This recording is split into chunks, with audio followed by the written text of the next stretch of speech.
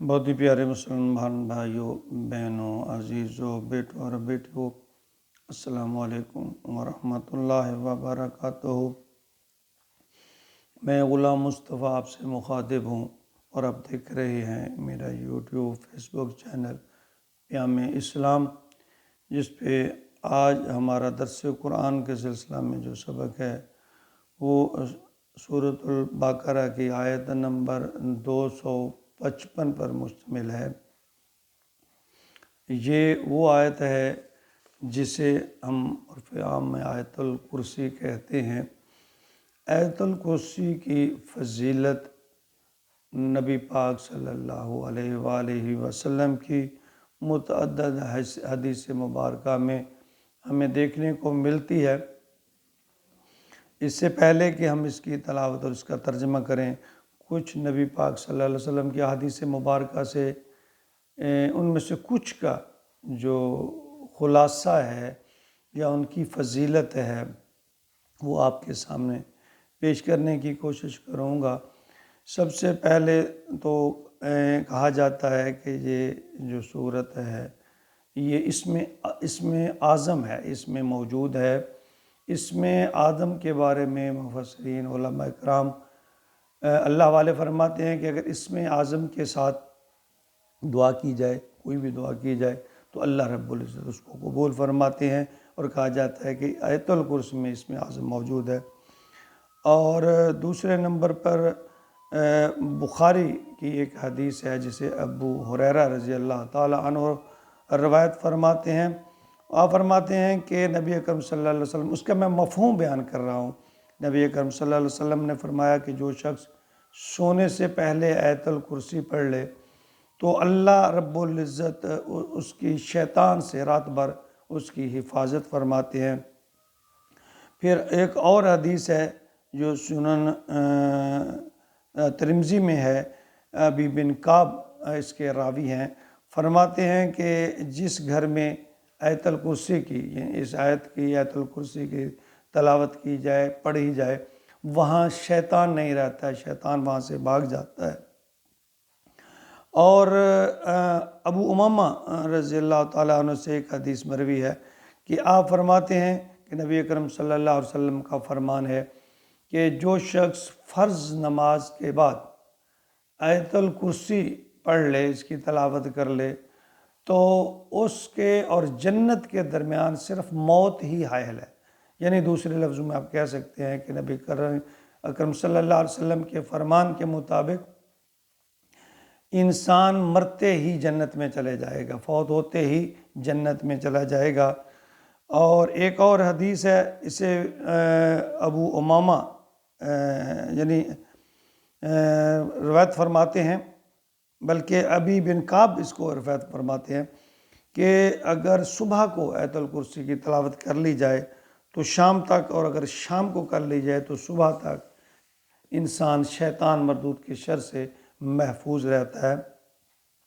ایک اور حدیث مسلم کی ہے، مسلم شریف کی، جسے ابی بن کعب روایت فرماتے ہیں کہ کتاب اللہ میں حضور صلی اللہ علیہ وسلم کا فرمان ہے کہ کتاب اللہ یعنی قرآن مجید میں سب سے افضل جو آیت ہے وہ آیت الکرسی ہے۔ ایک اور مقام پر ابو ہریرہ رضی اللہ تعالیٰ عنہ روایت فرماتے ہیں کہ جس گھر میں یہ سورت یعنی سورت آیت الکرسی اس پڑھی جائے، اس کی تلاوت ہو، تو اس میں شیطان نہیں رہتا۔ اس کے علاوہ بھی بہت ساری حدیث مبارکہ ہیں۔ وضو کے بعد اس کی اہمیت ہے، گھر سے نکلنے وقت آیت الکرسی پڑھنے کی اہمیت ہے، یعنی اس کی بہت ہی اہمیت اور فضیلت ہے۔ چند ایک کا میں نے تذکرہ کیا ہے۔ آئیے ہم اس آیت کی طرف، اس کی تلاوت اور اس کو ترجمہ کرنے کی کوشش کرتے ہیں۔ اعوذ باللہ من الشیطان الرجیم، بسم اللہ الرحمن الرحیم۔ اللہ لا الہ الا ہو الحی القیوم لا تأخذہ سنۃ ولا نوم لہ ما فی السماوات وما فی الارض من ذا الذی یشفع عندہ الا بإذنہ یعلم ما بین ایدیہم وما خلفہم ولا یحیطون بشیء من علمہ الا بما شاء وسع کرسیہ السماوات والارض ولا یعودہ حفظہما وہو العلی العظیم۔ ایک اور حدیث مبارکہ ہے جسے ترمذی کی یہ حدیث ہے، ابو ہریرہ رضی اللہ تعالیٰ عنہ سے نقل فرماتے ہیں کہ ہر شے کی ایک چوٹی ہوتی ہے، اور یقیناً قرآن حکیم کی جو چوٹی ہے وہ سورۃ البقرہ ہے، اور پھر فرمایا اس میں ایک آیت ہے جو تمام آیتوں کی سردار ہے، اور وہ آیت الکرسی ہے۔ اس بارے میں اللہ رب العزت نے اور نبی پاک صلی اللہ علیہ وسلم نے اپنے فرامین میں بہت زیادہ اس کی فضیلت اور اہمیت بیان فرمائی ہے۔ اللہ لا الہ الا ہو، اللہ وہ ہے، الہ وہ معبود ہے، الا ہو کہ اس کے بغیر تو کوئی معبود ہے ہی نہیں۔ یعنی یہاں پہلے نفی کی ہے اللہ نے، اللہ لا الہ الا ہو، اللہ کے سوا کوئی معبود نہیں، عبادت کے لائق نہیں ہے کوئی بھی، کسی کے آگے سر جھکانا، عبادت کرنا انسان کے لیے یہ لائق ہی نہیں ہے۔ الحی القیوم، وہ زندہ ہے، سب کا قائم رکھنے والا، یعنی وہ خود الحی ہے، اور وہ زندہ ہے، القیوم، اور دوسروں کو قائم رکھنے والا، خود زندہ ہے۔ اس کے بعد فرمایا کہ جس طرح سورۃ الاخلاص میں اللہ تعالیٰ نے دو الفاظ بیان فرمائے، الاحد الصمد، وہ اپنی جگہ الاحد ہے، ایک ہے، باقی ساری کائنات کے لیے وہ الصمد ہے۔ تو اسی طرح خود الحی ہے اور باقی پوری کائنات کے لیے وہ القیوم ہے۔ لا تأخذہ سنۃ ولا نوم، نہ اسے نیند آتی ہے اور نہ اونگ آتی ہے۔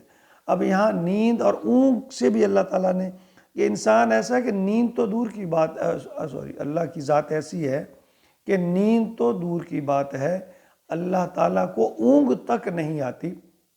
لہو ما فی السماوات وما فی الارض، جو کچھ آسمانوں اور زمینوں میں ہے سب اسی کا ہے، جتنی مخلوقات ہیں، نباتات ہیں، چرند پرند ہیں، جو کچھ بھی ہے ہر قسم کی مخلوق کا مالک ہوا ہے۔ من ذا الذی یشفع، کون ہے جو شفاعت کرے، عندہ الا باذنہ، اس کے پاس کسی کی اس کی اجازت کے بغیر۔ اللہ نے فرمایا، یہ دیکھیں پچھلی آیت مبارکہ میں بھی اللہ رب العزت نے یہ فرمایا تھا کہ ایک دن آئے گا نہ کسی کی شفاعت ہوگی اور نہ تم خرید و فروخت لین دین کر سکو گے، یعنی نہ کوئی نیک کام کر سکو گے۔ اور یہاں اس آیت میں پھر آیت الکرسی میں واضح طور پہ اللہ نے فرمایا کہ من ذا الذی، کون ہے، کون شخص ہے، یشفع، جو شفاعت کرے، عندہ، اس کے آگے، الا باذنہ، اس کے حکم کے بغیر، جس کو اللہ حکم دیں گے، جس کو اللہ اجازت دیں گے، جس کو اللہ اختیار دیں گے۔ اللہ فرماتے ہیں اس کے بغیر کسی کی جرت نہیں ہوگی کہ وہ اللہ کے سامنے سفارش کر سکے۔ اللہ رب العزت ہمیں اچھے اور نیک اعمال کرنے کی توفیق عطا فرمائے، اور ہمیں ایسے اعمال کی توفیق عطا فرمائے کہ ہم پیارے نبی کی شفاعت کے مستحق بن جائیں۔ دعویٰ نہیں ہے، ہم کوشش کریں، اس پہ ہم تقوی اختیار کریں، اللہ اور اللہ کے بتائے ہوئے راستے پر چلیں، جو اللہ نے کہ اللہ کا فرمان ہے، اللہ کے نبی کا فرمان، اس کو اپنائیں، تاکہ ہم یہ امید رکھ سکیں کہ کل قیامت کے دن نبی مکرم صلی اللہ علیہ وسلم ہماری شفاعت فرمائیں گے۔ آیت کو طویل ہونے کے بعد ہم اگلا جو حصہ ہے اس کا ترجمہ اور تشریح اگلے ویڈیو میں کریں گے۔ فی الحال اجازت، اللہ تعالیٰ میں عمل کی توفیق عطا فرمائے، آمین۔